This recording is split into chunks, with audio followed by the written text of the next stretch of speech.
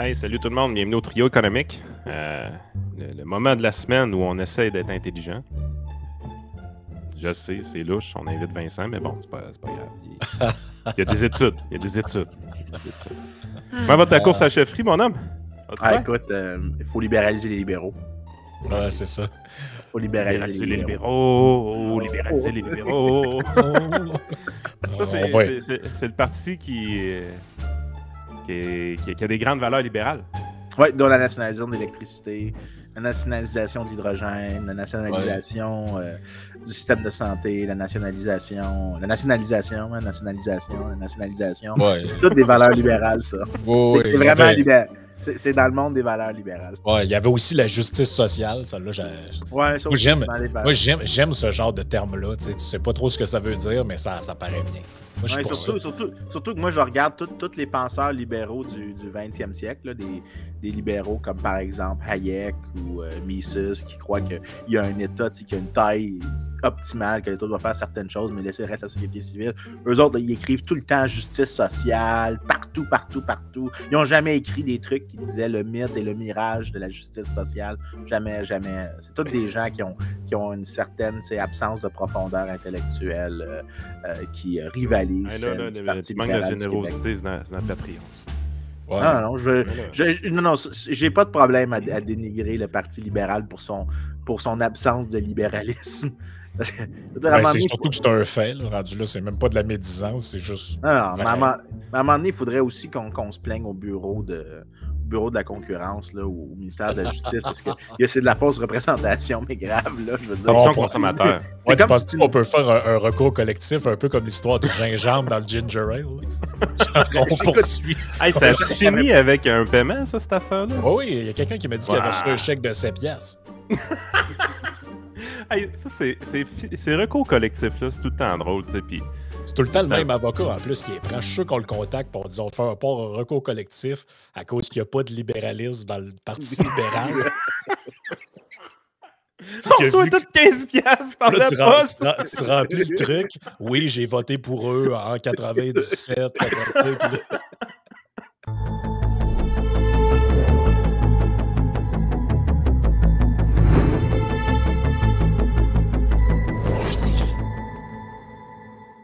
C'est 2 piastres par année de refund. Ça serait magique. Ça serait magique. Le problème, c'est que moi, j'obtiendrais pas une scène. J'ai jamais voté. Non, c'est pas vrai. J'ai voté une fois libéral quand j'étais beaucoup plus jeune.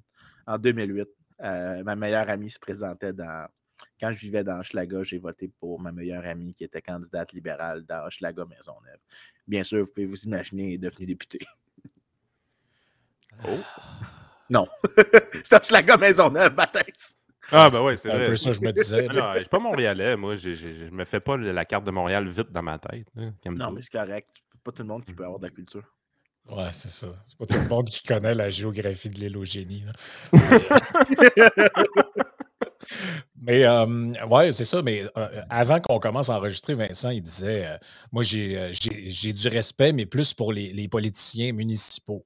Puis là, ça m'a permis de rappeler, puis je vais le faire pour les auditeurs. On sort le Hall of Fame des maires du Québec. Oui, en fait, c'est mon maire préféré. Mais maire, c'est. Maire, c'est péjoratif, là. Maire, c'est manquer de respect quand même, parce qu'il faut rendre à César ce qui est à César. C'est le cas de le dire dans le cas présent. Mon maire préféré de tous les temps reste Denis Tremblay. Of course, il s'appelle Tremblay quand même. C'est quand même resté dans la thématique. Donc, Denis Tremblay était le roi de l'Anse-Saint-Jean. Et là, pour la petite histoire, c'est qu'en 1997, pour ceux qui ne la connaissent pas, c'est quand même un peu une histoire loufoque, là. En 1997, il y a plus de 25 ans maintenant, Denis Tremblay devient Denis Ier, roi de l'Anse-Saint-Jean, et donne du même coup naissance à la première monarchie municipale. L'événement attire plus de 1500 personnes, dont des journalistes de partout dans le monde. Le professeur d'art de l'Université du Québec à Chicoutimi veut, par cette performance artistique, relancer le tourisme au Saguenay-Lac-Saint-Jean. Il faut dire qu'à l'époque, la région se relève à peine du déluge de 96.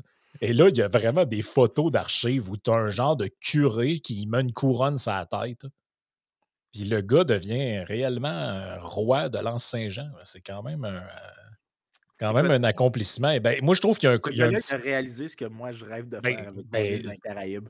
il y a une dimension gélosienne à cet acte-là, il faut le Oh, dire. absolument, absolument. Si j'avais été élu maire d'une ville de 400-500 personnes, c'est exactement ce que j'aurais fait. Puis non seulement ça, mais j'aurais dit ouvertement que la meilleure gouvernance, c'est aucune gouvernance. Ouais, J'aurais puis juste dit, je ne vais rien faire, puis je redonne mon salaire. Non, c'est pas vrai. Je vais le garder pour m'acheter une île dans les Caraïbes. mais tu aurais pu mettre des dispositifs du genre toutes les amendes que la ville te donne, par exemple pour stationnement ou whatever, sont soit payables ou peuvent être annulées si tu me prêtes serment. Comme ça, C'est une bonne idée. comme ça, si jamais PSPP vient dans ta ville, là, il va être dans un méchant dilemme moral. Je paye-tu mon ticket de parking ou je prête serment au roi? Non seulement ça, mais on va le faire faire en anglais. C'est ça. Juste pour lui. Juste pour lui, ça serait magique. Ah, mais trêve de plaisanterie parce que dans le dernier épisode, c'était un épisode Q&A où on répondait aux questions des auditeurs. Puis là, ben, pendant que je parle, j'essaie de retrouver à brûle-pourpoint la question parce que des fois, il y a des gens qui posent des bonnes questions, mais c'est long à répondre. Donc là, c'est difficile de prendre. Je vais le retrouver ici parce que je vous l'avais envoyé par. Oui, puis Antoine est bon là-dedans, poser ce type de questions-là. Fait que là, on va faire plaisir à Antoine aujourd'hui. On va répondre à sa question. Puis Antoine, qui est un auteur d'ailleurs, je vais en profiter pour plugger son livre. Il vient de publier un livre il y a à peu près 2 semaines, 3 semaines environ. Antoine, c'était tout qu'un joueur de baseball quand il était plus jeune. Puis, il a joué pour les Ailes du Québec, qui était carrément l'équipe élite de jeunes. Puis là, j'espère que je ne me trompe pas, c'est 17 ans et moins. Ils ont eu, semblerait-il, une saison de rêve en 2003. Et il a carrément fait un travail journalistique sur cette saison de rêve-là en 2003. J'ai acheté son livre, c'est une vingtaine de piastres sur Amazon. Ça a l'air vraiment bien fait, sérieusement. Quelque chose que je vais vous suggérer, mais qu'on commence la question pour Vincent. Pendant ce temps-là, je vais trouver le lien du livre. OK, tu vas le trouver, le lien du livre. Je vais le trouver, puis je vais vous l'envoyer. Un pour tous, pour l'art, ça se peut-tu que ce soit ça? Exactement, c'est vrai de ça. OK, je l'ai ici, je vais le partager à l'écran. On a des Patreon auteurs à l'intérieur du podcast. C'est vraiment des imbéciles qui nous suivent. Gardez toujours ça en tête. Oui, absolument. Oui, ben Oui, absolument. Le monde écrive des livres, là, mais c'est des caves. C'est vraiment des caves. Ben écoute, Patrick Lagacé écrit des chroniques. Hein? Ouais, ben c'est ça. Écoute. Vincent, écoute. c'est pas dans la marde. Je vais envoyer une copie de ce livre-là à Richard Labbé. Tu vois, ça va faire sa journée. Donc, on est vraiment dans le manque de généreux aujourd'hui. Hein? Ouais, c'est ça. On est tous dans le même mode où on est comme j'ai plus de patience pour ça. Ouais, c'est ça.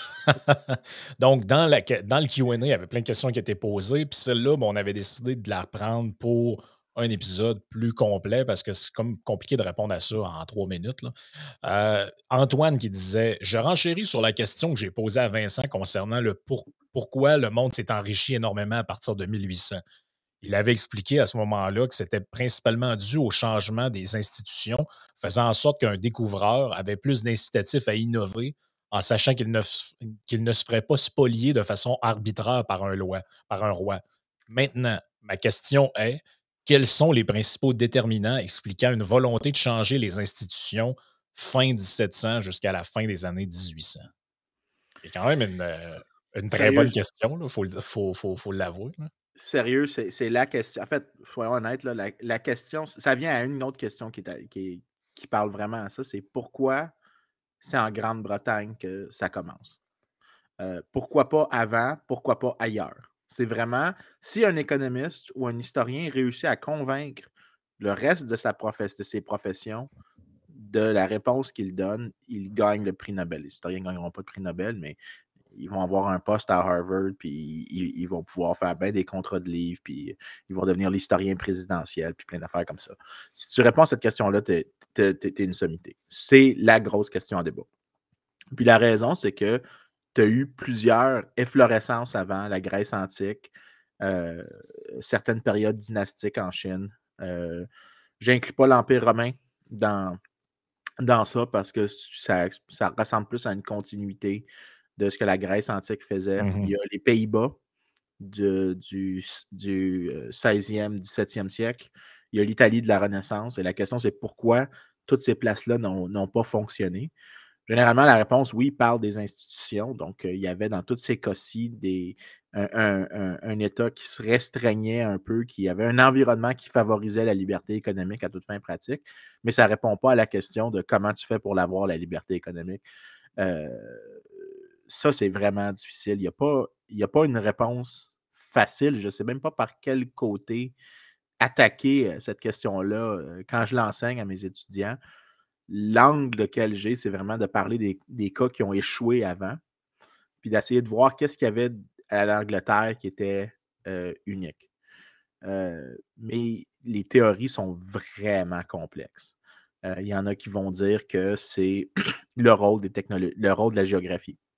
Donc, par exemple, la Grande-Bretagne a accès à des ressources qui sont relativement sécuritaires, mais aussi en certaine abondance, donc notamment le charbon.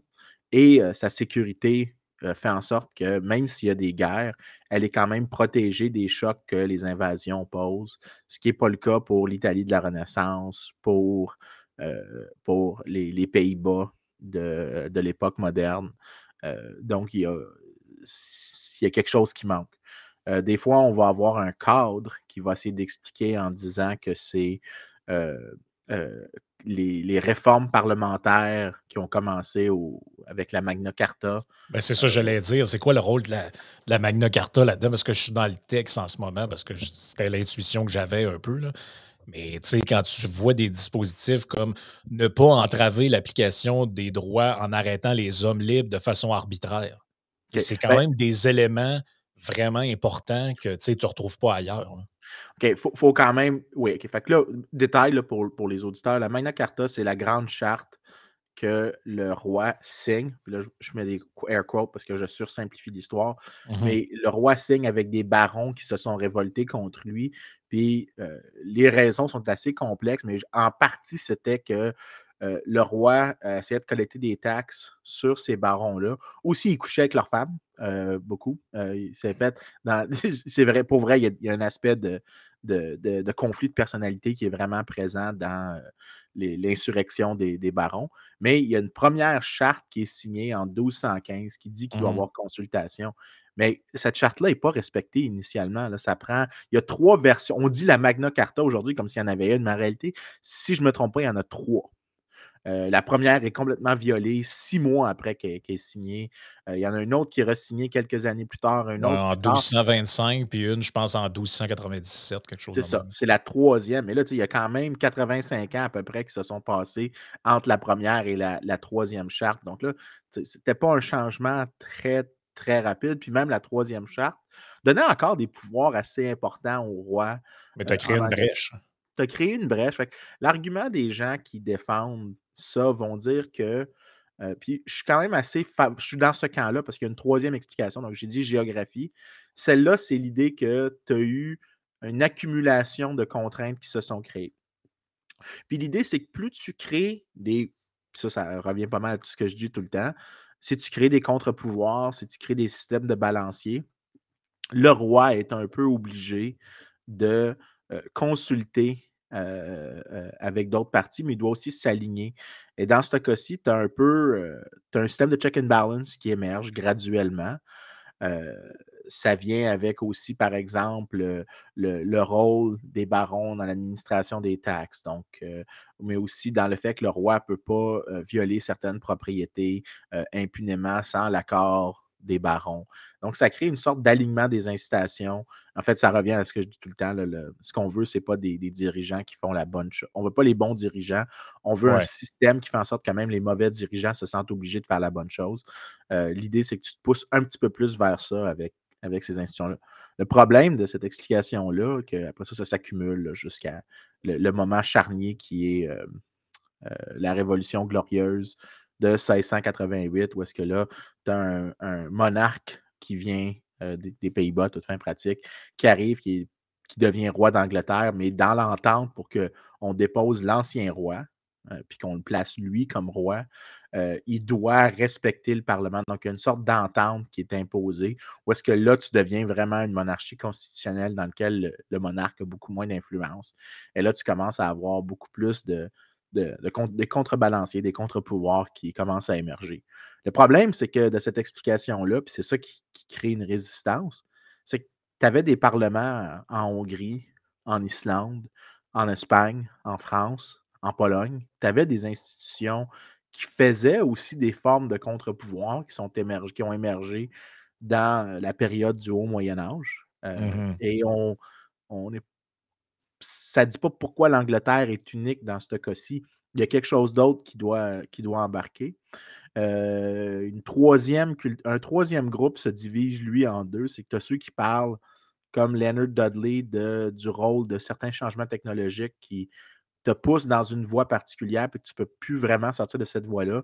Lui pointe le fait que les langues en Angleterre, l'imprimerie, la distance à la chose avec les taux de literacy, d'alphabétisation de la population, Uh-huh. ont créé une standardisation du langage en Grande-Bretagne qui facilitait le commerce davantage. Cette explication-là est intéressante. Je ne suis pas sûr qu'elle explique tout, mais aussi le langage de politique. Mais la plus grosse explication, puis celle-là, je ne suis vraiment pas convaincu, mais c'est l'idée qu'une fois que tu avais quelques petites brèches, tu as créé une culture de la liberté en Angleterre qui était spécifique à la Grande-Bretagne. Donc, ça, c'est Deirdre McCloskey qui en parle le plus. Elle parle des vertus bourgeoises. La minute qu'on a commencé à restreindre l'État, on a permis un peu de liberté économique. Tu as eu des nouvelles valeurs qui sont émergées chez les gens. Sa phrase à elle, c'est Motivated by dignity, but enabled by economic freedom. Donc, l'idée, c'est que lorsqu'on en est venu à arrêter de donner le pouvoir à des dirigeants, nos relations ont commencé à se diriger vers comment est-ce que je fais pour m'enrichir en profitant toi aussi, comment est-ce qu'on fait pour faire un échange qui est mutuellement bénéfique, que je n'essaie plus de voir la manière de m'enrichir comme d'aller voir quelqu'un qui va utiliser une épée pour te forcer à me donner de l'argent ou te forcer à faire des choses que tu ne voudrais pas faire. L'idée dans ce cas-ci, c'est là ce qu'elle appelle les vertus bourgeoises, l'enrichissement, la recherche de profit, l'accumulation de capital humain pour des fins uniquement personnelles. Elle parle vraiment de l'individualisme comme une bonne chose, mais qui émerge en Grande-Bretagne parce qu'on l'a laissé fleurir. Et ça vient aussi avec un autre gars qui travaille là-dessus qui s'appelle Joël Mokyr.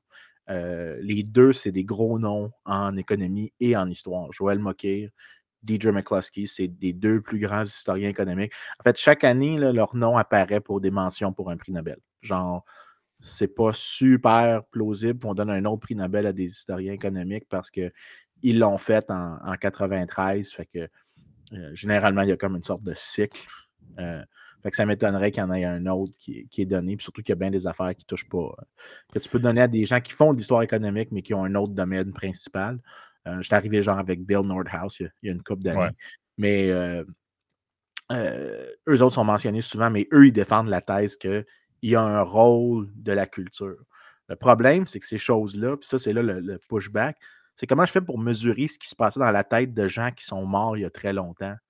Bon, on a des nouvelles méthodes qui sont disponibles. On a ce qu'on appelle le machine learning, on a textual analysis, on a plein de méthodes causales qui nous permettent d'essayer peut-être d'identifier quelque chose, mais c'est vraiment difficile d'arriver à une réponse. Fait qu'il y a vraiment un débat gigantesque là-dessus, puis il n'y a pas l'air Ouais. d'avoir de résolution Ben, c'est sûr que la culture a une influence là-dedans, mais ça ne répond pas à la question pourquoi en Angleterre. Moi, c'est surtout ça mon affaire, parce que en réalité, c'est toute la mouvance de ce qu'on appelle les Lumières. Ça a déferlé partout en Europe et en Angleterre aussi, mais il y avait ça en Allemagne, puis ça n'a pas donné lieu à la même chose en Allemagne qu'en France, qu'en Angleterre, qu'en Italie, que partout, là. Pourquoi cette influence-là? Pourquoi si. Tu sais, oui, ça a eu une influence, mais je pense pas que c'est ça qui explique pourquoi particulièrement l'Angleterre. Frank, j'ai envoyé Ouais. un lien YouTube. T'as-tu connu Brigitte Pellerin et John Robson, Vincent? Ben oui, c'est assez évident. John plus que Brigitte. T'as plus connu John. Moi, j'ai plus connu Brigitte au Réseau Liberté Québec. À l'époque, elle était quand même assez proche de nous. Ils ont fait un documentaire sur la Magna Carta. Ça s'appelle Magna Carta, Our Shared Legacy of Liberty. C'est sur YouTube, il est disponible. Ça a été crowdfunded. Gros travail de recherche qui a été fait. Un film carrément de 2 heures là-dessus. Fait que j'ai beaucoup de misère à ne pas vous le suggérer. Là. Il est effectivement très bon. Je me souviens de l'avoir vu. Le problème, c'est que même dans celui-là, le gros problème, c'est qu'on ne comprend pas pourquoi la Magna Carta a stické. Parce que là, ça, c'est un autre problème avec les institutions. Le roi, quand il fait une entente avec l'autre partie, c'est qui le enforcer? C'est qui la personne qui va faire respecter le contrat? Ça, c'est toujours ça, c'est le gros problème. C'est comment tu fais pour en venir que ces termes-là vont être respectés? T'es-tu en train de dire que la Magna Carta, c'est un peu comme le Bitcoin, dans le sens que il y a un système de règlement qui a été mis en place, mais on ne sait pas exactement qui le gère, mais ça fonctionne?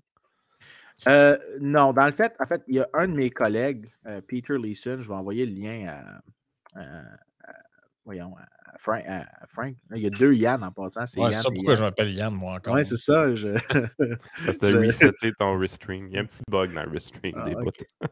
Mais en gros, Peter puis son étudiante, Paola, qui était ici à George Mason, eux, ils disent que la raison que ça a éventuellement fonctionné, la 3e Magna Carta à toute fin pratique, c'était que dans la 3e version, il y avait vraiment des contraintes qui étaient installées, qui permettaient de faire en sorte que là, ça devenait self-enforcing, que tu n'avais pas besoin d'une tierce partie pour faire l'imposition des règles que les 2 parties s'étaient mis en entente.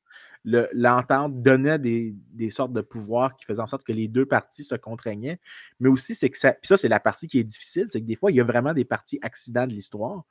C'est qu'il faut que ça, des fois, c'est que les contraintes de juré fit avec des contraintes de facto. Donc, si, mettons, on disait, là, on fait une entente ici que Yann n'a pas le droit de m'attaquer, mais Yann a un gun, Yann a un tank, puis moi, je suis en chaise roulante. OK? Je veux dire, il est où le mécanisme? La contrainte de ça, puis je dis, mais je vais juste lui refuser l'argent que je lui donne dans les échanges. Ouais, mais il a juste à me menacer, puis prendre mon argent, puis c'est tout.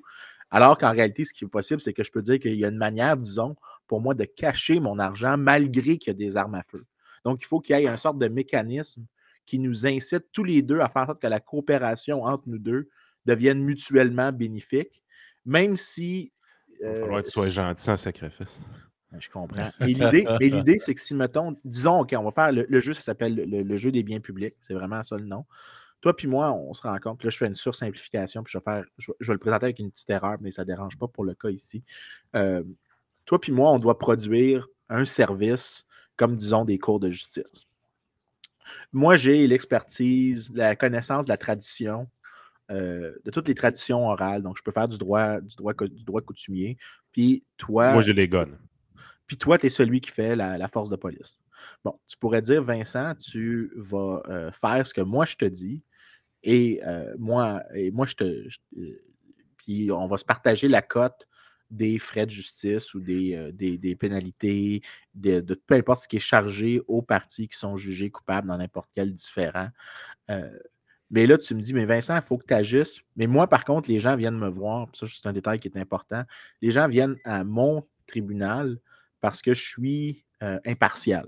Parce qu'ils savent qu'ils vont me payer, il faut qu'ils trouvent l'arbitre le plus impartial. Fait que là, il y a comme une sorte de dimension de justice for profit, mais j'ai besoin des armes à feu de Frank pour qu'une fois que j'ai donné mon jugement, qu'il y ait quelqu'un qui impose et que la seule pénalité qui me reste, c'est que les gens peuvent se cacher. Mais Yann pourrait dire, Vincent, je te dis de prendre cette décision-là parce que lui, il est plus riche que l'autre, puis je peux saisir de lui, ou lui, il est plus faible que l'autre, fait que je peux saisir de lui plus facilement. Bien, moi, ce que je peux dire, c'est que mais moi, je vais perdre de l'argent dans l'avenir. Yann pourrait me dire, je vais te menacer.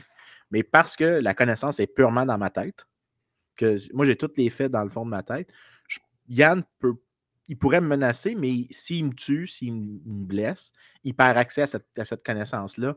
Et là, il perd accès à tous les flots de revenus futurs. C'est un exemple que je viens d'inventer littéralement on the spot, mais ça parle à l'idée. C'est parce que moi, j'ai un mécanisme pour faire du exit, je peux priver Yann d'agir de manière opportuniste. De la même manière que Yann peut dire ben, je ne vais pas aider Vincent, il ne fait pas sa job comme il faut. Donc, les deux, on a comme une sorte de mécanisme qui fait en sorte que l'entente qu'on fait est self-enforcing.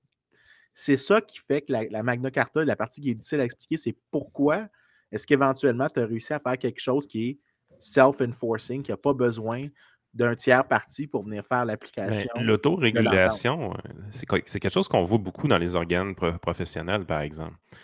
Tu sais, il n'y a aucun organisme professionnel qui veut que le gouvernement vienne le réglementer, généralement.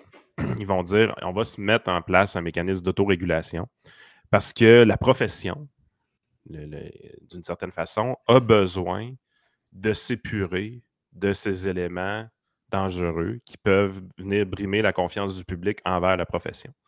Fait que les organismes professionnels vont avoir cette tendance-là à dire on va s'autoréguler parce qu'on ne veut pas que le législateur le fasse à notre place. D'une certaine façon, il y a une logique derrière ça. Tu dis on est pas mal mieux de se nettoyer nous-mêmes que d'avoir des scandales dans la société qui amènent le gouvernement à venir intervenir. Fait que c'est quand même assez exemple intelligent. Classique, Yann, exclure, mettons, des charlatans de certains corps médicaux, paramédicaux, etc. Exactement. Il y a quand même une nuance assez importante ici, c'est que des services comme, disons, les services d'un couvreur ou d'un menuisier, c'est tous des services que tu peux volontairement contracter comme consommateur et choisir de ne pas consommer. Ce qui parle de la nature de l'État, c'est que là, il y a un élément de coercition qui est présent. Parce que quand les gens, on débat du rôle de l'État ici, c'est comment tu fais pour avoir un État qui n'est pas un État prédateur. Parce que les États médiévaux, ce sont, à toute fin pratique, dans la catégorie beaucoup plus proche de le dirigeant ne produit pas tant que ça des biens publics qui augmentent la taille du... Oui, c'est ça. Il y a beaucoup d'abus. Mais tu as aussi un autre problème, tu as un autre type d'État qui s'appelle l'État redistributeur, parce que là, tu prends certaines personnes pour redonner à d'autres. Prédateur, c'est vraiment extrême. C'est vraiment des autoritaires extrêmes. L'État redistributeur, ça se fait aujourd'hui. L'homme le plus riche de la planète, il y a beaucoup de gens qui soupçonnent que ce soit Vladimir Poutine, par exemple. Ça, j'ai aucun a priori sur ça. Non, je sais, mais les gens ne savent pas, mais ce que je veux dire, c'est justement, on ne sait pas parce que le gars peut avoir de l'argent caché partout un peu sa planète, mais on soupçonne ça parce qu'on se dit le dirigeant de la Russie a tendance à agir d'une manière en mode prédation avec pas ses sujets parce que c'est pas une monarchie, là, mais on comprend un peu le principe. Je veux dire, c'était beaucoup difficile dans le temps des seigneuries, dans le temps du Moyen Âge, tout ça, de développer de la productivité dans les champs et tout ça, parce que il y avait on venait carrément spoiler les bénéfices d'exploiter la terre des gens, carrément. Ce qui était dû au roi était tout le temps de plus en plus grand. Il n'y avait pas de possibilité réellement de réinvestir les profits excédentaires sur sa terre ou des choses comme ça. Il y avait ce spoiling-là qui s'effectuait, puis dans ma tête, ça privait la société, si on veut, de beaucoup d'innovation. Parce que l'entrepreneur qui est capable de réinvestir son profit va finir par innover parce qu'il va accumuler un certain capital et il va pouvoir se servir de ce capital-là pour construire quelque chose. Si tout le profit excédentaire est absorbé par le roi en haut, tu es dans une possibilité que tu n'as jamais de place à l'innovation. Puis ton niveau de motivation est aussi extrêmement faible à développer ta propre entreprise qui est à terre d'une certaine façon. Oui, mais ça, c'est là le spot difficile. C'est... il y a une analogie qui est connue, c'est le bandit stationnaire puis le bandit itinérant. Le bandit itinérant, c'est celui qui se promène puis aléatoirement décide qui attaque. Et dans ce cas-là, ce que tu sais, c'est comme aléatoirement, tu pourrais te faire attaquer par quelqu'un, ben tu fais moins d'investissement. Le bandit stationnaire, c'est celui qui dit « Je vais te protéger contre les bandits itinérants, mais tu vas me donner une cote de tous tes profits. » Ben, la mafia. Dynamiquement, la mafia, gouvernement, surtout. Le gouvernement, c'est le bandit. C'est ça, la mafia. Dans l'analogie qui vient de Mansur Olson, le bandit stationnaire, c'est l'État. Dans le sens que, oui, il va t'envoler, mais il produit aussi quelque chose en même temps pour vrai. Il y a un échange de services qui est fait, mais ça, c'est arrivé. Comment tu fais pour l'avoir, ton bandit stationnaire, qui n'est pas exactement un bandit itinérant, qui est un bandit stationnaire, mais aussi qui produit vraiment les services que tu as besoin, la protection, tout ce qui pourrait qualifier de bien public ou de gestion des externalités. Comment tu fais pour l'avoir? Ça, c'est la grosse question qui est vraiment très difficile à répondre. Puis ma réponse que moi je donne souvent, c'est que c'est possible que des fois, ça soit juste un accident de l'histoire.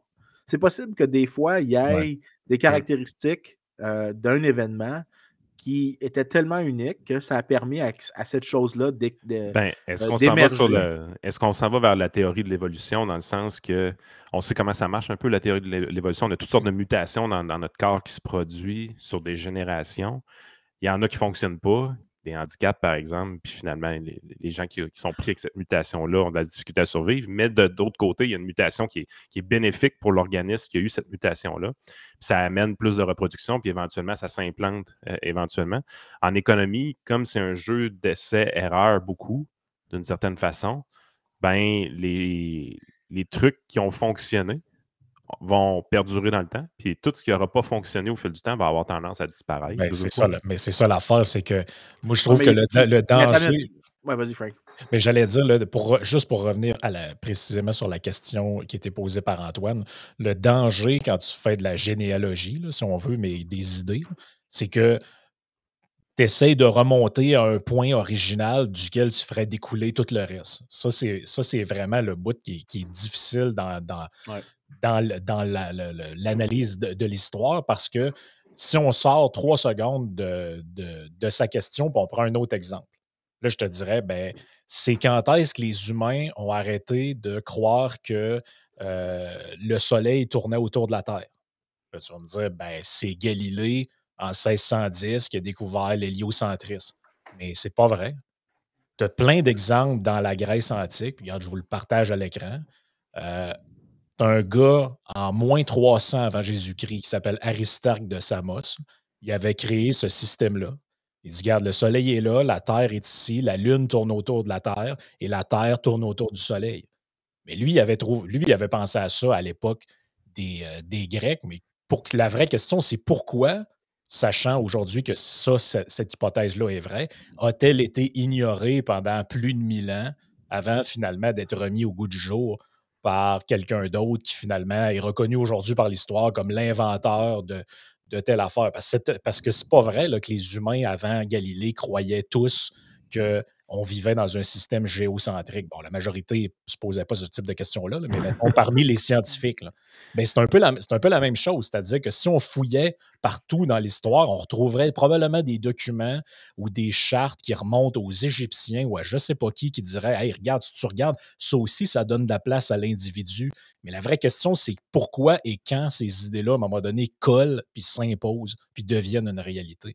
Moi, c'est là que je trouve que ça devient difficile parce que si plus tu creuses, puis là, j'ai pris cet exemple-là, mais si ça se trouve, peut-être que dans d'autres écrivains antérieurs à ça encore, d'autres mathématiciens, eux aussi avaient pensé à cette même affaire-là que Galilée est arrivé avec 1000 ans, Ben, 1500 Frank, ans plus tard. ça peut-tu être juste que, justement, ça a été mis en place, qui est une forme d'essai, éventuellement, puis qu'assez rapidement, on a eu des bénéfices au point de vue de l'innovation puis de la Ouais, mais, productivité qui a fait en sorte qu'on n'était plus capable de s'en passer, de cet mais attends, individualisme-là. mais je dirais, je dire quelque chose parce qu'il y a un autre aspect qui est important, c'est que quand on dit pourquoi l'Angleterre, on dit pourquoi l'Angleterre relativement au reste de l'Europe, mais on est pas mal sûr de pourquoi l'Europe, en général, était plus riche. La chose qui est assez unique à l'Europe, c'est le fractionnement des pouvoirs. Tu regardes la carte de l'Europe vers, disons, 1400, c'est excessivement fractionné. Ce qui fait en sorte que tu n'as pas des grandes monarchies, tu as des monarchies qui. Puis non, c'est pour ça que les cartes vont être très trompeuses, parce que même à l'intérieur d'une monarchie, donc disons le roi de France, tu as des barons, tu as des ducs, tu as des gens qui ont des niveaux de pouvoir différents, qui se contrebalancent entre eux. Et donc, ce fractionnement du pouvoir fait en sorte que tu as une expérimentation sur les institutions qui se font en Europe. Mon collègue Marc Koyama parle de persécution et tolération. Il dit ce qui se passe, c'est que tu as de l'expérimentation, mais tu as, en fait, l'autre terme, c'est le miracle européen, et c'est dû à ce fractionnement-là du pouvoir, du fait que tu n'avais pas un empire centralisé. Quand tu compares avec les autres empires, généralement, un empire, c'est très clair historiquement que ce n'est pas associé à des tendances de long terme. La Chine, l'Inde, l'Empire des Mongols, peu importe comment tu essaies de les regarder, généralement, les empires sont pas associés à des gains de bien-être. En fait, généralement, les empires, c'est généralement une des nations un petit peu plus pauvres à la périphérie d'un empire riche qui s'attaque à une société qui est beaucoup plus riche et finalement finit par l'absorber. C'est le cas des Mongols, mais aussi c'est le cas des Romains. Les Romains étaient plus pauvres que les Grecs, mais les Grecs, ce qui avait fait la fortune de la Grèce, c'était les cités-États qui étaient très limitées, qui avaient des petits espaces, et donc ils se compétitionnaient entre eux. Tu avais tout le temps une sorte de contre-pouvoir qui existait, mais tu avais aussi le fait qu'il y avait des incitations à ne pas trop faire la guerre, parce que si tu attaquais une ville, tu ne peux pas facilement saisir ses actifs. Tu ne peux pas facilement saisir ses ressources naturelles parce qu'il y avait des ressources qui dépendaient beaucoup du capital humain des gens. Donc, si tu faisais de la guerre trop souvent, en fait, tu tuais des gens qui avaient du capital humain qui était important pour utiliser les ressources en particulier. Et donc, tu avais une espèce de contrebalancier qui existait en Grèce. Mais quand les Romains ont finalement conquis la Grèce au complet, l'histoire s'est arrêtée à ce moment-là. L'histoire de succès de la Grèce antique s'est terminée à ce point-là. Et tu as eu un renversement de tendance. Fait qu'on sait ça, la chose on a de la certitude, c'est que des gros États centralisés peuvent pas être l'explication. Ça doit être quelque chose dans la catégorie de l'importance des contraintes sur l'exercice du pouvoir politique. C'est probablement l'explication la plus importante. Le problème, c'est qu'une fois que tu as dit ça, tu ne sais pas c'est en quelle proportion. C'est comme si tu imagines une recette que tu essayes de faire. Tu ne sais pas quelle quantité de farine il faut que tu utilises, combien d'œufs il faut que tu utilises. Fait que c'est ça de départager après pourquoi l'Angleterre. Ben là, c'est quoi le rôle de la géographie? C'est quoi le rôle? Est-ce que la géographie, puis là, tu complexifies tout en disant qu'il y a possibilité de récursivité entre les choses, que la géographie renforce les institutions ou les institutions renforcent des particularités géographiques. On sait par exemple que les sociétés qui ont des environnements de pathogènes beaucoup plus importants, donc il y a plus de maladies infectieuses, ont des États beaucoup plus gros. Et historiquement, ont des États qui sont beaucoup plus gros, beaucoup plus autoritaires, parce que l'environnement est conducive, je ne sais pas c'est quoi le mot en français, ductile, ce serait ça que je me dirais, là, qu'il y a une ductilité que l'environnement cause pour des États plus autoritaires que dans des endroits à des géographies différentes. Par exemple, on remarque souvent que la grande majorité des démocraties libérales sont dans des endroits très froids. On a aussi une thèse de Jared Diamond, par exemple, que les empires ne peuvent jamais s'étendre de nord en sud parce que les technologies pour maintenir un empire changent beaucoup en fonction de la latitude, mais pas de la longitude. Je pense que j'ai inversé les deux. Tu peux déplacer les technologies plus facilement d'est en ouest que de nord en sud. Donc, il y a plein d'éléments comme ça. Puis là, c'est à quel point chacune de ces thèses-là, qui théoriquement ont l'air valides, sont applicables ou sont pertinentes. Puis là, y a-t-il un problème qui vient du biais de chacun des chercheurs qui sont ultra spécialisés dans le domaine, qui essaient de répondre à cette question-là, vont avoir un biais de leur propre formation de leur côté? Ben, c'est sûr que oui. Et dans le sens qu'il y a très peu de généralistes qui font de la recherche universitaire. C'est parce que la somme des savoirs, Yann, qui est nécessaire à étudier ce genre de questions-là est quand même assez élevée. Là. Exact. Et puis, tu as un autre classique quand même, là, même si ça a un peu vieilli, là, mais tu as le livre de Max Weber, L'éthique protestante et l'esprit du capitalisme. Ça, là, c'est le livre que j'aimerais qu'on crisse aux poubelles le plus rapidement possible. Sérieusement, là, ce livre-là, il y a le nombre d'articles que les économistes ont pitché à cette affaire-là. En gros, là, ça, c'est l'éthique protestante, que les protestants travaillaient plus. Il y a juste un protestant qui n'a jamais vu c'était quoi des catholiques pour dire des niaiseries comme il est écrit dans ce livre-là. Okay? Ouais, mais il n'y a pas juste ça qui est écrit dedans. Oui, mais son point fondamental, c'est qu'il y a une éthique qui vient avec. Puis c'est une question de valeur, de la manière dont il le voit. Oui, il y a une partie de réponse aux socialistes, à la Werner Sombart, puis tout ça, mais ça, c'est pas important. L'éthique protestante, là, quand l'idée a été systématiquement rejetée. Même à l'intérieur de l'Allemagne sur laquelle Weber écrivait, quand tu compares, par exemple, là, l'idée, c'est que les protestants épargnent plus, les protestants travaillent plus. Mais quand on regarde, par exemple, tu as regardé les taux d'épargne en Allemagne à la même époque que Weber écrivait, il n'y a pas de différence entre les Allemands catholiques et les Allemands protestants sur les taux d'épargne, sur le travail, sur le revenu. La différence à l'intérieur de l'Allemagne en général, qui inclut beaucoup de Polonais catholiques, est entièrement déterminée par la présence des Polonais qui sont juste comptés comme des catholiques, mais sans tenir compte du fait, par exemple, que l'État discriminait ouvertement contre les Polonais mais pas contre les catholiques allemands, juste contre les Polonais qui étaient accidentellement catholiques. Chaque fois qu'on attaque ces choses-là, il y a un autre article qui est bien connu qui le dit très clair. Was Weber wrong? Puis c'est dans le top journal de la profession en économie. Il dit non, la seule raison, c'est parce que l'imprimerie a émergé en Allemagne en premier, c'est diffusé plus rapidement en Allemagne et ça veut dire qu'il y a eu plus de capital humain qui s'est accumulé historiquement en Allemagne et les protestants étaient à haut capital humain à cause de l'absence de monopole sur l'imprimerie. Donc là, en toute fin pratique, tu es en train de dire que la bonne qualité des institutions que tu as, disons, en Allemagne ou en Grande-Bretagne, vient du fait qu'il n'y avait pas de monopole qui était créé par l'État sur le métier d'être imprimeur. Et le résultat de ne pas avoir de monopole a fait en sorte qu'il y avait une population plus éduquée qui faisait des meilleures institutions elle-même. Donc là, tu vois, il y a comme deux rounds. C'est que historiquement, même une bonne institution loin derrière peut avoir un effet sur les institutions maintenant et donc sur la croissance économique. Donc là, tu te retrouves avec plein d'affaires qui ne sont pas explicables. Mais Weber, là, c'est le livre que lui, Marx, puis je te dirais l'autre, l'Italien crinqué, Gramsci, c'est les trois penseurs que si on pouvait juste pas mal oublier qu'ils ont existé, la perte de savoir humain serait limitée. Je suis sérieux, là. Le savoir que ces trois individus-là ont généré... Vincent s'en vient woke, il veut brûler des livres. Là. Non, mais je ne dis pas les brûler, juste les oublier qui ont existé. Parce que ces trois livres, ces trois auteurs-là, l'expression en anglais, c'est « more heat than light ». Ouais, mais est-ce que c'est vraiment ces livres-là ou ce qu'on a retenu de ce qu'on a dit que ces livres-là disaient? C'est tout le temps ça l'affaire. Parce qu'on fait dire à des auteurs souvent ben des affaires, puis moi, le trois quarts des gens que j'ai entendu parler souvent de ben des auteurs, ils les ont jamais lus. Ouais, c'est un classique. Il y a ça aussi, l'histoire là-dedans. Mais ça, parce que quand tu regardes, il y a bien des affaires qui sont dites là-dedans, je veux dire, ça rejoint d'autres trucs que tu as dit. Pour Weber, il y a plusieurs conditions à l'émergence du capitalisme moderne. 1, la séparation de l'entreprise et du ménage, donc de la famille, l'organisation rationnelle de l'entreprise, la comptabilité rationnelle et le travail libre.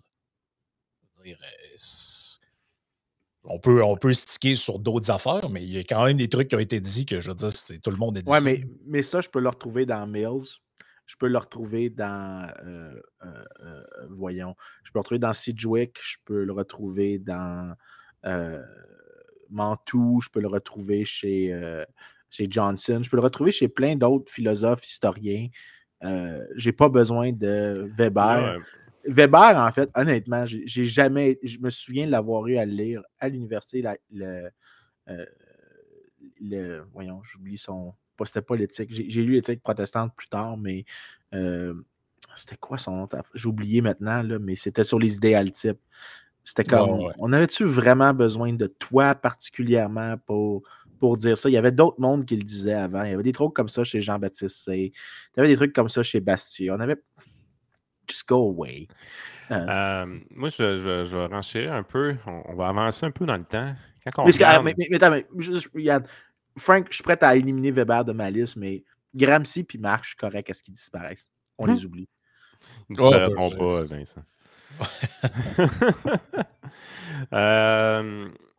On arrive un peu plus dans le temps. Tu sais, justement, la plupart des guerres, quand tu regardes avant 1900, puis évidemment, on mettra les deux guerres mondiales là-dedans éventuellement, c'était beaucoup des guerres pour grandir l'Empire. J'avais l'impression qu'on avait besoin de ressources naturelles d'un autre pays, d'un autre contrée. Puis le but, c'était d'aller saisir ces ressources-là. L'économie moderne, ce qu'elle a permis, c'est d'augmenter les échanges entre les pays. L'amélioration aussi du transport, puis tout ça a certainement aidé. On a l'impression, depuis la Deuxième Guerre mondiale, que des guerres pour construire un empire, il y en a eu, mais c'est quand même marginal. Tu sais, même, on regarde qu'est-ce que la Russie essaie de faire avec l'Ukraine, puis tu te rends compte que ça devient même très difficile de saisir un territoire. Puis l'intérêt n'est pas tant là non plus de saisir les territoires pour vrai, puis c'est pas une question de ressources naturelles non plus. Mais on dirait que l'économie moderne a permis littéralement d'éliminer ce type de guerre-là. Une guerre pour la construction d'un empire, pour aller saisir des ressources naturelles. C'est pas mal plus facile d'acheter la ressource naturelle à la personne qui la détient que d'aller se battre contre ce pays-là pour saisir ces ressources naturelles. Fait que c'est-tu réellement le capitalisme qui a permis de sortir un peu de ce schème de pensée-là de la construction des empires? Il y a vraiment une grosse thèse qui est défendue depuis longtemps par le sociologue Peter Berger, mais aussi par Eric Gartsky, qui est un politologue à University of California à Los Angeles, je pense. Peu importe. Ça s'appelle la paix capitaliste. Et l'idée, c'est qu'il y a deux dimensions à ça. Vincent, il va m'haïr, mais en fait, la personne qui est à l'origine de tout ça, c'est Kant. Un socialiste. Ah, je pensais que tu allais dire Norman Angel. Non, mais parce que je sais qu'il n'aime pas les philosophes allemands, mais à la base de tout ça, c'est un texte de Kant qui s'appelle Vers la paix perpétuelle. Il parle justement comment les relations internationales dans des démocraties amènent justement la paix et non la guerre. Ça me fait mal au cœur. Ça me fait mal de reconnaître une dette à des philosophes allemands. C'est dur pour moi. Parce que pour les auditeurs qui ne sont pas habitués, if it's not Scottish, it's crap. C'est la règle pour moi en philosophie. Mais la paix capitaliste, c'est l'idée qu'il y a deux dimensions qui fait que plus d'échanges te rend moins susceptible de faire la guerre. La première dimension, c'est que tu deviens juste interdépendant avec l'autre. La deuxième, puis ça, c'est la partie que. Puis ça, les gens ont ri beaucoup de celle-là à cause que quand ça a commencé à être dit, c'était juste avant la Première Guerre mondiale. Puis tu avais des gens comme Norman Angel qui disaient là, avec les échanges qu'il y a sur la surface de la Terre, il n'y en aura plus de guerre, c'est fini les guerres, puis genre, le lendemain, ça y pète en face. Là. Mais tu sais, genre, ça y pète d'en face comme faut. Mais l'autre dimension qui est avancée, qui est assez importante, c'est que dans les sociétés super riches, la croissance ne dépend presque pas des ressources naturelles. Elle dépend largement du capital humain. Et le problème, c'est quand tu saisis le territoire d'une nation, ça ne veut pas dire que tu saisis le capital humain qui est imbriqué dans l'intérieur des individus. Essentiellement, le capital humain n'est pas appropriable par les dirigeants. Et ça fait en sorte que ça réduit pas l'offre de conflit, mais la demande de faire des conflits. Donc, l'idée dans le mécanisme, c'est que si tu t'imagines un dirigeant qui se dit, ben, le bénéfice pour moi de gagner le territoire de l'autre, la courbe de demande pour moi a diminué. Chaque extra kilomètre que je gagne ne me rapporte pas autant parce que la richesse est imbriquée à l'intérieur des individus. Et s'ils décident de ne pas collaborer avec moi, ben, je ne pourrais rien faire. Donc, l'idée, c'est que dès que la croissance économique a émergé, a commencé à se faire, le rôle du capital humain, de l'éducation a augmenté. C'est pour ça que, on parle des tensions entre la Chine et les États-Unis. Mais il n'y a personne qui considère sérieusement que la Chine va envahir les États-Unis ou vice-versa. Tout simplement parce que, mettons que demain matin, Red Dawn se produit, le grand film de 1984 avec Patrick Swayze. Il y a une invasion, là, il y a des parachutistes communistes qui atterrissent dans mon jardin. Même s'ils arrivent ici, qu'est-ce qu'ils vont faire? Ça ne veut pas dire que moi, je vais collaborer avec le régime. Je pourrais, juste dire, ben écoute, je vais faire une job de... aux États-Unis, en termes de matériel. Ce qui est dans ma tête, puis non seulement ça, mais ce qui est super pénible avec le capital humain, puis ça marchait d'ailleurs quand tu regardes l'histoire de l'esclavage. Quand tu avais des esclaves avec des hauts capital humains, les maîtres, les propriétaires, utilisaient rarement la violence contre eux. Tout simplement parce que la violence, tu peux pas contrôler son comportement. Imaginez Xi Jinping essayer de forcer Elon Musk de travailler pour lui. Ben, c'est ça, exactement. Ouais. Mais l'idée, c'est que généralement... ça n'arrivera pas! Mais généralement, pour que ça fonctionne, d'extraire forcément quelque chose de quelqu'un qui a beaucoup de capital humain, il faut que tu alignes ses incitations sur toi beaucoup plus. Et ça se fait à très petite échelle. Ça se fait à très, très petite échelle parce que tu ne peux pas essayer d'avoir un système dans lequel tu fais ça pour tous les individus que tu as mis en coercition. C'est pour ça, par exemple, que je reprends l'exemple des esclaves parce que ça s'explique super bien. Les maîtres décourageaient l'accumulation de capital humain chez les esclaves. S'il y en avait un ou deux qui en avaient, c'était correct, mais s'il y en avait trop, ça devenait trop coûteux de faire la supervision. Donc, c'était mieux que ça soit un ou deux, puis que tu leur dis, je vais peut-être te donner ta liberté. Ce n'est pas le cas aux États-Unis si tu n'avais pas le droit, dans certains cas, sauf à ta mort, de libérer des esclaves. Mais disons, dans des sociétés comme la Grèce antique ou Rome, tu avais un système dans lequel tu disais, je vais te donner ta liberté. Comme ça, tu vas travailler plus efficacement parce que si je te laisse, si je te donne cette promesse-là, je te laisse travailler un petit peu à côté, tu peux accumuler de l'argent puis me payer éventuellement pour acheter ta liberté. Donc, je vais donner le droit de m'acheter ta liberté. Mais ça, dans ce système-là, c'est coûteux pour lui de faire ça parce qu'il se prive du labeur de la personne, mais aussi, il faut quand même qu'il supervise le travailleur, il faut quand même qu'il check qu'est-ce qu'il fait exactement. Accumule tout ça. Augmentation du risque de rébellion qui est assez importante. Faut pas que. Oui, il y a ça aussi, tu leur permets de coordonner plus facilement. Mais dans ce cas-ci, tu ne peux pas le faire à vaste échelle. Tu peux juste le faire à très petite échelle. Fait que c'est pour ça que tu peux prendre cet exemple-là comme analogie puis l'appliquer au conflit entre nations. C'est très coûteux pour des nations d'essayer. C'est pas très bénéfique pour des nations d'essayer d'envahir une autre nation si la nation conquise a énormément de capital humain, parce que si tu gagnes, tu ne peux pas saisir la nature productive de la ressource qui est dans la tête des gens. En tout cas, pas aussi facilement. Ouais. Demain matin, on essaie d'envahir un pays comme l'Irak, par exemple. Tu dis, OK, pour une question de pétrole, ça peut se défendre parce que le capital humain est moins productif en Irak, mais même à ça, c'est de moins en moins vrai plus on avance dans le temps. Ils finissent par être capables de produire, d'avoir de l'output aussi qui est en dehors du pétrole de leur côté. Fait que plus ce type de pays-là va s'enrichir ou va sortir de la pauvreté puis va avoir une population qui s'éduque également, ben, l'intérêt d'aller saisir la ressource est de moins en moins pertinent. Oui, puis en plus, écoute, juste l'exemple de l'Irak, j'ai toujours trouvé que c'était stupide cette affaire-là, War for All. C'est assez clair que les gens qui voulaient faire ça, c'était peut-être plus des motivations de politique électorale que autre chose. Là. C'était beaucoup plus ça que let's grab the oil, parce que le gars à qui j'ai envoyé l'article tantôt à Frank, Eric Gatsky, lui, il y a un autre article, il faudrait que je le retrouve, mais il calcule les différents coûts de la guerre en Irak. Je pense que c'était Joe Stiglitz qui avait fait ça. Non, c'est pas important.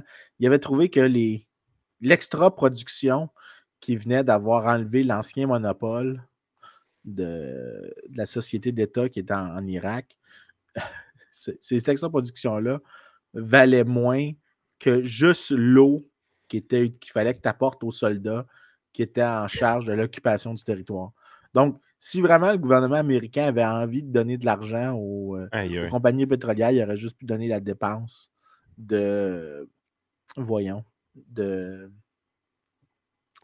Ça vient démolir quand l'eau. même. Ça vient quand même démolir une grande partie des thèses avancées par à peu près tout le monde sur la planète. C'est parce que c'est pas mal moins coûteux de les corrompre, là, premièrement. Je veux dire, mettons que je te dis, hey, je sais pas moi, le Gabon, ils ont des ressources naturelles incroyables, fait qu'on s'en va là-bas avec une cargaison, des tanks, puis tout. D'après moi, c'est pas mal moins compliqué d'envoyer de l'argent au potentat qui est là pour essayer de les corrompre justement pour avoir ce que tu veux. Je sais pas, là, me semble pas mal tout le monde a compris ça.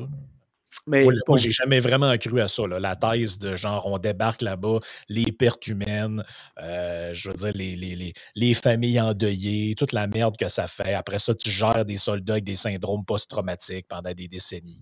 Je veux dire. Mais en fait, l'idée, c'est qu'il faudrait que. La raison pour laquelle il faudrait que ça fonctionne, il faudrait imaginer que. Puis, dans la perception de plusieurs de ces personnes-là, puis ça, c'est vraiment de la théorie du complot. Là. Ici, ça rentre. War for All, pour moi, c'est théorie du complot. Parce qu'il faut que tu aies plusieurs trucs vraiment débiles. Un, il faut que tu aies une hiérarchie dans laquelle les exécutifs des firmes de production de pétrole sont au top de la hiérarchie. De un. De deux, que les politiciens soient sous-servients à ces individus-là, qui les écoutent, qui sont en tout fait des Manchurian candidates, des gens qui sont sélectionnés en amont par les compagnies pétrolières.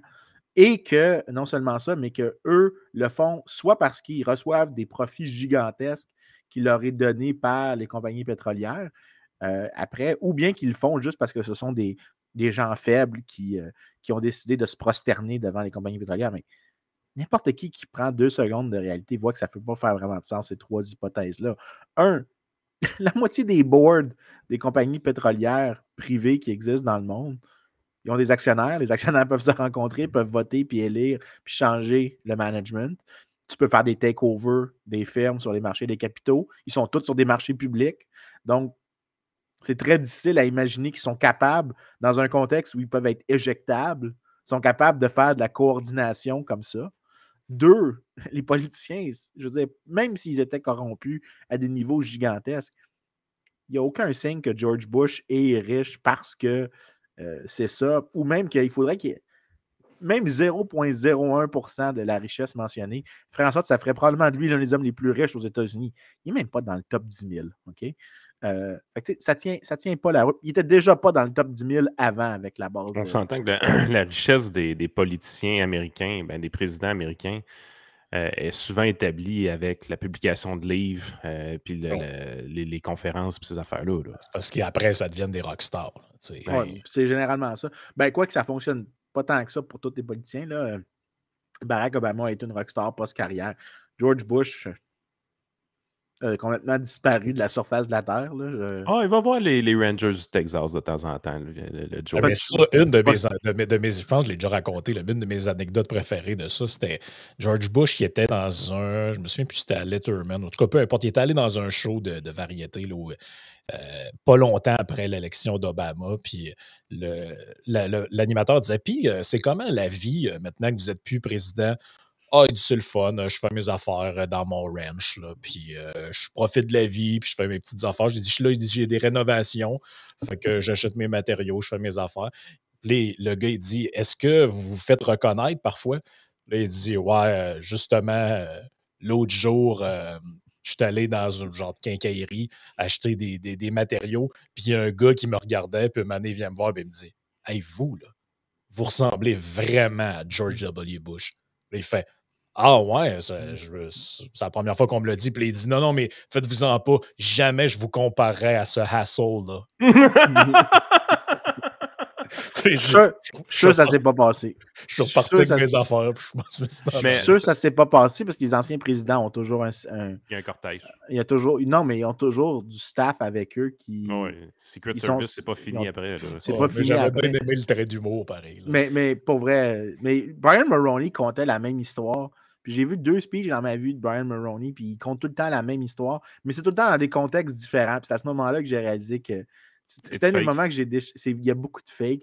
Il avait compté la même histoire, mais c'était 2 contextes complètement différents. Tu voyais que l'histoire avait été tweakée. Peut-être que ça s'est vraiment passé, mais que ça avait été tweaké pour l'auditoire auquel il s'adressait. Puis c'était charré dans un ascenseur. C'est des acteurs, là. C'est des acteurs, pour vrai. C'est des choses comme ça qui m'ont fait...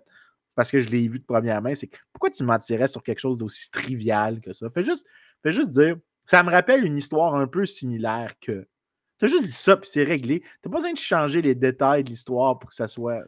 Mais ce que j'aime de George, c'est probablement un de ceux dans l'histoire moderne qui a le mieux respecté un devoir de réserve après avoir fait son temps. Il a été quand même assez tranquille après son règne. Puis Jimmy Carter aussi. Jimmy Carter était très tranquille post-carrière. Lui, il fait plus d'œuvres de charité qu'autre chose. Exact. La bio que j'ai lue de Jimmy Carter, c'était sur son après-carrière. Puis c'est assez impressionnant tout ce qu'il a essayé de faire. Vraiment, il s'est développé un réseau de philanthropie assez grand. Puis il a fait... C'est ça qu'il doit faire. Sérieusement, tant qu'à avoir la notoriété, pourquoi pas l'utiliser pour une bonne cause, tu sais? Ouais. À un moment donné... Au moins pour réparer les dégâts que tu as fait comme président.